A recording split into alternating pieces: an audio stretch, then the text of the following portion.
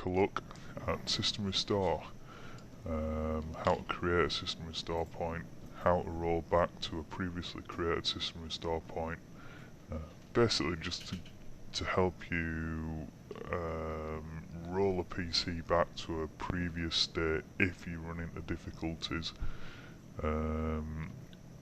while installing software. You know, if you make any system changes that that don't go quite as well as you were hoping. An easy way to get back to where you were is to create the restore point before you start. Then if anything goes wrong, we can go into system restore, roll the system back to before you made the changes. So let's have a look at how we actually create the restore point to start with. So we're in Windows 7 here. Now there'll be videos for the other operating systems, XP, Vista, but for now we'll just take a look at Windows 7. So from the desktop, there's multiple ways to get to system restore. We'll look at two of them. So from the desktop, if we get out of the start button, we'll click on start, and then we want to go up to computer, and then we want to right click to bring up the sub menu, and on there you'll see properties. So I want to scroll down and then left click on properties. And this will open up the system information screen, some of which I've blurred out for obvious reasons. But here on the left you will see that we've got system protection. You want to left click on that, and this will open up system properties dialog box. So now we have the system properties box open. There's if you see up here we've got a link which will open up and give you a brief description on what system restore is, what it can do, how it can be used.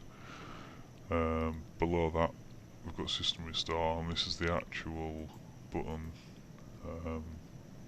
that we will be using if we need to roll the system back. We'll cover that in a minute. First of all, I just want to look at creating the restore point in the first place.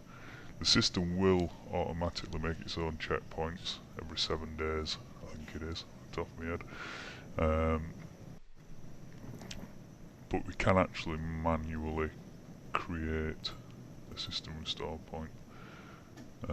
Also, if you're installing software or anything like that, a lot of the times installing service packs, anything like that, upgrades, hotfixes for Windows, Windows will create a restore point before it goes ahead and installs anything, changes your system in any way. So it's only mainly that if you're actually going to be doing something yourself, that you know you're altering Windows settings yourself, good time to create a restore point.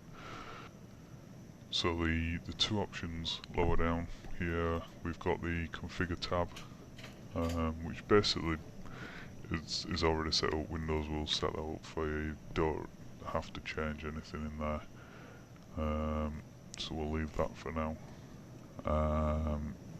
And then we've got the create button. This is where the system restore points are created manually. This is where you create these yourself. So if we go ahead and click on create, and if we just create a test restore point here, that's basically all I have to do. Put that in, click on the create. Now what's going to happen now is it's going to look at the whole C drive. It's going to take a snapshot of how it is at this moment, and it might take 2 or 3 minutes. Okay, so here we might put his finger on what it is. So we decide to roll the system back to a time when we knew everything was working great. So what we do is Windows 7 desktop again, click on start. It's successfully created the restore point. So we click on close, and that's it. that's as difficult as creating a system restore point is. We can click OK, and we can come out of there and we can finish. Right, what we'll do now is we'll have a look at how we actually use that system restore. So, say we've just made some changes to the system, we don't like it, system's not running right, something's not right, we can't quite. This time we want to go to all programs, and then we want to go to accessories. So we click on accessories, and then we go down to system tools, and you can see system restore there.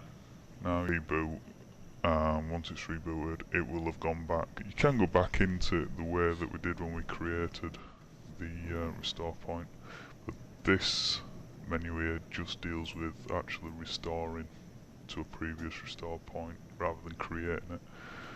So here we are, and if we click on next we'll see the restore points